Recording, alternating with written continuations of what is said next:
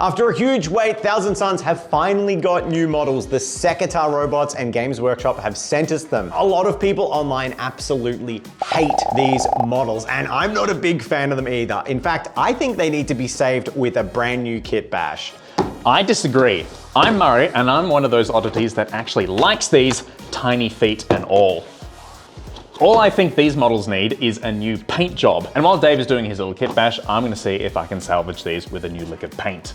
It's tabletop time! So the new Sekitar robots are only available in this new battle force, the Warp Flame Thrallband. It's one of Games Workshop's new methods of packaging one new model inside an entire set of other things, which is a good value if you want everything in it. Otherwise, it's a bit of an awkward way to get one specific set until it's finally released later down the track. So it's time to open up the box and actually have a look at the sprues. Now, as I brazenly declared earlier, I really like the design of these because I think it really evokes the stature and feel of ancient Egyptian statues, which were always really big. They had really broad shoulders and over dramatized faces and the giant headdresses and everything. So they feel a bit top heavy. I think that kind of works for these. Another aspect of that statuesque feel is just how rigid that these models feel. I think it plays into that sort of statue feel. Like these guys probably stand still for millennia in basically ambush outside temples or whatever. But I totally get that people don't like that considering the amount of other miniatures that also feel, a bit T-posed. The other major issue I think people have, and my contention here, is that people don't like the paint job. Games Workshop has chosen this white armored look. You lose all the definition on the armor panels and everything gets muddied, particularly the pale gold that just blends into it. It doesn't really show off the model, and I think people don't really know what they're looking at, and therefore they think it looks bad. I think I sort of know why Games Workshop chose to paint it in a white. It sort of looks like a sandstone, which again alludes to that statue feeling, but I think it did do it a disservice to the actual models. And so I'm gonna see if I can change that opinion with just a paint job. And so I'm going to be building this model exactly how it appears on the box, making it as boring and monopose as I possibly can. To really drive home the fact that I'm replicating this as closely as I can to the box art, I'm even using this Mega Man gun, which I honestly do not like the design of. I think it's very dull, boring, and simplistic. It's just a tube. So if I can make this model look good even with the dumb Mega Man gun, I think that I have definitely proven my point here. So the model is now done, but I'm still allowed to have a little bit of fun, and I'm going to base this model how I've based my own Thousand Sons, as I do in fact collect this army. I like having the sands of the warp blowing through the portals as my guys invade the realms of the mortal Imperium. And so to do that, I just use a bunch of sculpting paste or even a wall plaster, and I'll slap that down into a thick cake on the base, and then using a spatula or a sculpting tool, I'll basically make big rivulets there to make sand dunes. Then to add a bit of garnish, I'll put in some basing rocks and then chuck the model down into it, shoving it right through the paste so it looks like it's sunk into the sand. And now my model is done, ready to prime. It's time to look at what Dave is going to build. So while Murray used his build time to wax lyrical about the design aesthetic of these robots, I'm going to use my time to talk about the nitty-gritty of this kit. Let's talk the ugly first. These are basically monopose miniatures. The frame that you get has two Sekitar robots that are mirrored. Yes, digitally mirrored. Now, there are a small selection of custom bits, and the leg pose is different, but many of the elements you can see are functionally mirrored, and the sprue layout reinforces this. You then get two copies of the same sprue, making for functionally an easy to build kit in the style of the Mythic Blighthauler for the Death Guard. Although, as I started to look at this kit, I immediately thought, how can I make some changes? And I like the tactical rock pose on these robots. There is one with the left foot up on a rock. However, I don't like the static positioning of the flamer, as it just makes this standing sentinel lose all dynamism. So I thought, what if I swap the arms? Now, is this possible? It is. What you need to do though is cut some tabs. There's ball socket joints that have little tabs on them. If you shave them off and use the parts for the other kit, and with a tiny bit of bending of a plastic tube, I realized that I could glue in the flamer, pose it off to the side slightly, and lo and behold, we've created a far more dynamic pose. But then I had a choice to make because this kit does have a single option. You get, as Murray kindly put it, the Mega Man gun, or you get this claw. So I'm going to briefly talk rules here. When I'm choosing weapons and loadouts, I like to focus on the intended purpose of a unit. So this Sekitar robot has a one-shot melter gun. That's the Mega Man gun. 12-inch range, hits on a 4, and only does 3 flat damage. Now, melter rule means +2 damage against vehicles if you're within half range, big whoop. But the other weapon is effectively a nasty heavy flamer. So it does what I hate in Warhammer, which is a split roll unit that doesn't do the 2 jobs particularly effectively at all, missing 50% of the time with its anti-vehicle weapon that it needs to be super close to use, having no effective melee, and then having a flamethrower. None of this meshes for me, so I looked at the other weapon. Here you get a claw that has a 3 damage melee profile at 10 strength and 3 attacks. It still hits on 4, but you get triple the chances. It also comes with an inbuilt light flamethrower, giving you another D3 shots on top of your flamer profile. This to me just seems like the no-brainer. I would much rather my robots focus on killing infantry and then have something to do in melee, than have something that has this 50-50 shot melter gun that really isn't that great a profile. But beyond all of that, the claw is a million times cooler than that melter gun. In fact, the claw is really cool. So I wanted to see if I could repose this as well, using the ball and socket joint to greater effect and counterbalancing it against that forward left leg. Immediately as I glue these parts in, you can see how much more dynamic this model looks, and I've come to an ugly realization. I don't want to convert this. This model might actually be really cool if you do some minor modifications. I definitely think the static robot gun arm that's glued into the body is not a great look, especially if it has the other static arm, and you really should try and use those ball joints and cuts and points to give them a little bit of action posing. I think that works. It's worked on my model, and you know what? Murray might be right. I'm gonna have to settle this with a paint job. But before I can do that, it needs a base, and thankfully, we have this cool Gamer's Grass base that's been kicking around in a drawer for a while with a nice temple theme, which will suit my general vibe for Thousand Suns look good on Prospero, even if it doesn't make sense for them to be on Prospero. So before we check out Murray's paint job, I'm going to give you a brief lowdown on a little bit of the lore for this thing, because it's one of my favorite parts about getting new models in Warhammer 40k, is it's a rare opportunity for the universe to actually expand a little bit. So what is a Sekitar robot? Well, they're basically Rubric Marines.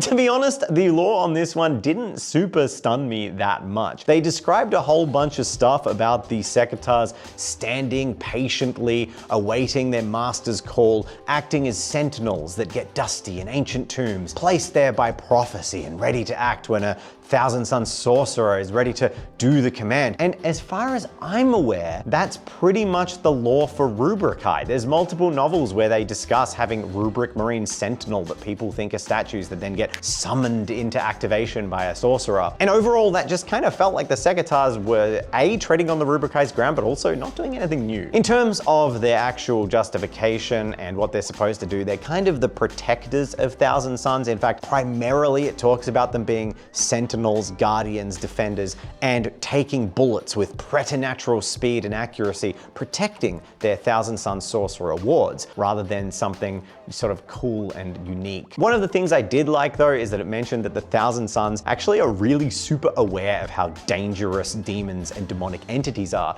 and they are super careful to actually do all these rites, completely wipe the cogitation banks of these robots, refresh them with factory resets, constantly provide them with wards, all to stave off demonic infestation, because of course we know if we love 40k, AI is pretty prone to that. I really like this lore. It fits the old lore of how I thought about demon engines. It was like man's mastery over the demons, forcing them to do your bidding or avoiding them where they're dangerous. So I did like this. They're not possessed, they're not fleshy, they're constructs, and the Thousand Suns want to keep them that way. Reliable constructs that aren't going to backstab you. So that's the lore. That's what these guys are. That's how the Codex presents them. Overall, it's like fine. They didn't really do anything crazy with them, but I've definitely talked enough about Sekitar robots. It's time for Murray to paint his.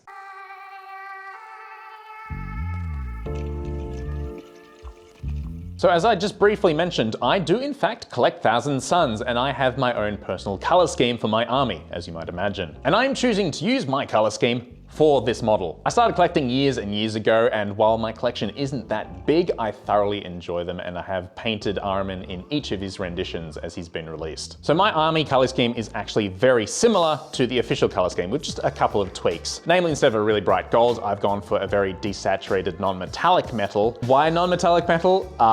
Because I like the practice and I hate myself. Yeah, it's kind of just fun to do. I prefer it a bit more than just using metallics. But then to complement this really desaturated, almost brass color, I've gone for a very vivid blue. In fact, there's a lot of green mixed in. It gives it a real punch on the tabletop and makes it really stand out. I highlighted to an almost green because I always loved the green glowingness of the artwork in the old codexes, but I decided that red eyes work better, so I wanted to incorporate green somewhere into the armor. So I'm going to showcase my army color scheme by painting this robot. To start off, I always like priming with the black, but I never want to retain the black. So the first thing I'm going to do is paint the entire model with a really dark green. Once that's quickly done, I'm going to start actually blocking in where I want all the colors to go. Starting with the green armor, I'm going to take a really dark turquoise, thinking long and hard about where I want the armor panels to be on this model, as there's not actually a lot of segregation between the different panels in this. Another thing that's going through my mind is the ratio or balance of this model. Literally, it looks really top heavy just with the model, so I want to see if I can balance this out. So I'm going to focus a lot of the blue-green armor panels towards the top, and then I'm going to transition to all of the gold panels going down the legs, and then returning to the green panels on the feet to make them feel a bit bigger, a bit chunkier, and maybe make it feel a bit more imposing. Once I'm happy with all the placement of my colors, I'm going to start highlighting and working in all the texture and details, working up to that really nice acidic green that I talked about earlier. And then when that's done, it's time to start working on the black metals. This is also done in a sort of non-metallic metal style, but it's a really cheap and easy way to do it.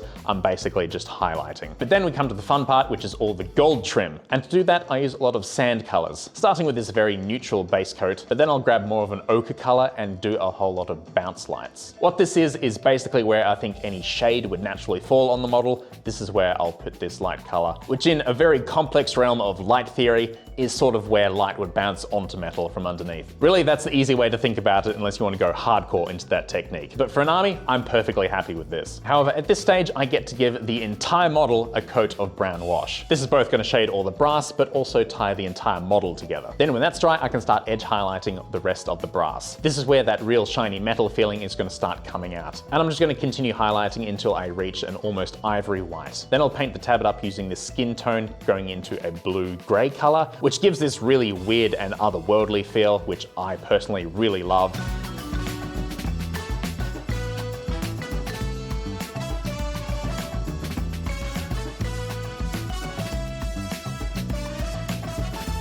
And then I can start working on the base, which is also a really off gray, glazing in some sand color to really make it feel like sand, a bit of shading with blue to make it look really stark and ethereal, and then a final highlight using a high gray. And it's done. It's not time to show it off yet, because first we need to see how Dave paints his. So the last thing we need to do is, of course, check out my paint scheme. And when I'm painting Thousand Suns, the only color that swells in my head is their Horus Heresy era paint scheme. I absolutely adore this scheme of ruby red and gold, and I can never look past it. Thankfully, in the Thousand Suns Codex, they often mention a couple of Magnus's warbands that still use this scheme, and I guess Rubricae rarely get the chance to repaint their armor, given that they're just ghost dust. So the really good thing with this scheme is it's actually super easy, and I'm going to share it with you all today. And it starts with a Chaos Black undercoat. And then, if you're lucky enough that your grand uncle left you $1 billion inheritance, you may be able to afford a single can of Retributor Armor Spray from Games Workshop, which you can then use to spray the model gold. However, if you're anyone else, there are many other paint companies with much cheaper alternative gold sprays for miniatures. Once this is done, you apply a purple wash, and I recommend for this technique using Druchii Violet by Citadel. We didn't have any at hand, so I had to mix one, mixing a Vallejo Violet, which was a lot brighter,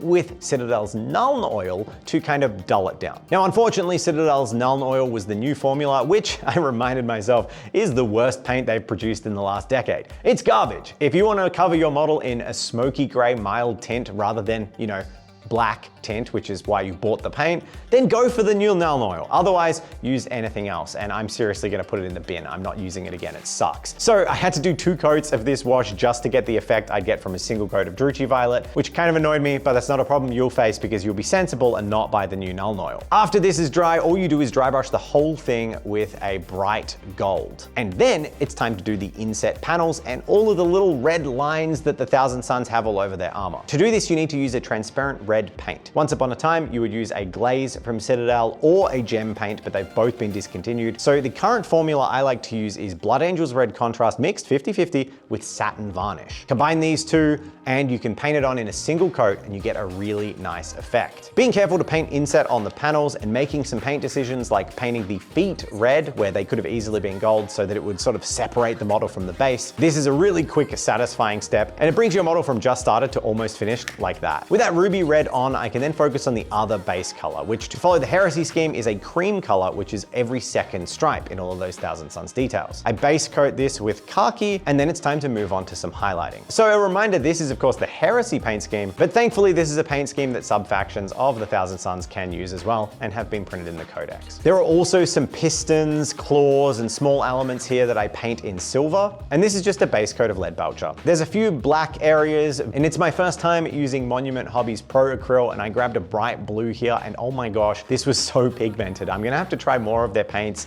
This worked really well, and I love the effect I got painting the missile tips and all of the little gems and eyeballs on this model with this vivid blue. It really contrasts off the rest of the model and looks fantastic. Moving on to highlights, I focus on the gold, and here I use a bit of Liberated gold and a point highlight of silver just to elevate all of that gold trim and pull it away from the gold mechanical undersuit. I'm painting smart here and letting that original base coat and wash do almost all of my painting. The trim gets elevated while the mechanical elements stay in the dust. Very minor just to separate some mechanical elements. Once these are done and highlighted with a few little steps up to white,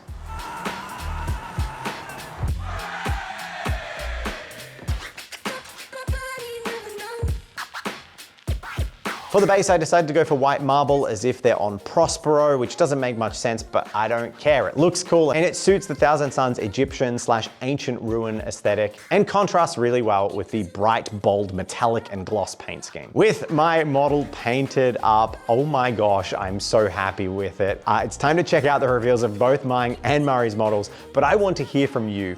Have we salvaged this model for you? Did you originally not like it? Did you like it and think we were kind of crazy this whole time? And what do you think overall about the new Sekitar robot?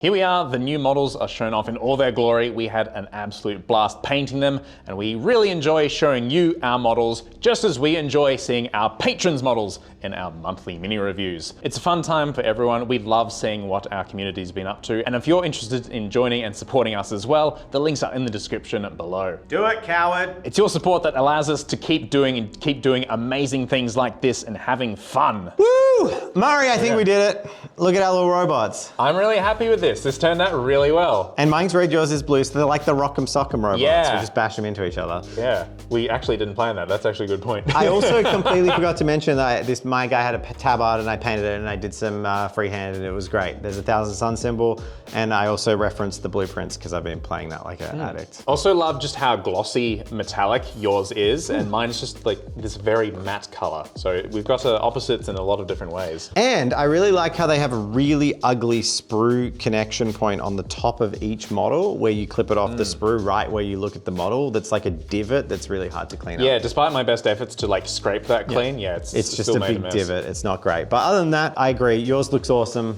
Mine looks awesome. But do you think they look awesome? No, you look awesome. Oh. You get more of that if you sign up to the Patreon.